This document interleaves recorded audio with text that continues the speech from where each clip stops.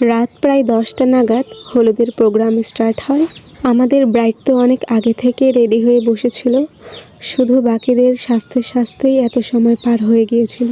আমি এদিন একদম সিম্পল ছিলাম, কজ আমি অলমোস্ট 20 আর এই ব্রাইড আমার থেকে প্রায় 4-5 বছরের ছোট। সো আমি নর্মালি একটা হিজাব পরে প্রোগ্রাম অ্যাটেন্ড করি।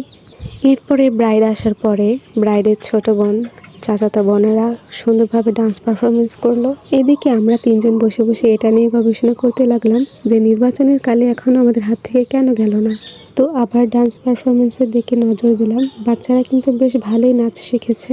এদিকে আমাদের ব্রাইডের মেজো দুলাভাই ডালা হাতে নিয়ে দাঁড়িয়ে আছে, এটাকে কোথায় রাখবে বুঝতে পারছিল না। শেষমেশ এটাকে আমাদের পিছনের একটা টেবিলে রাখলো।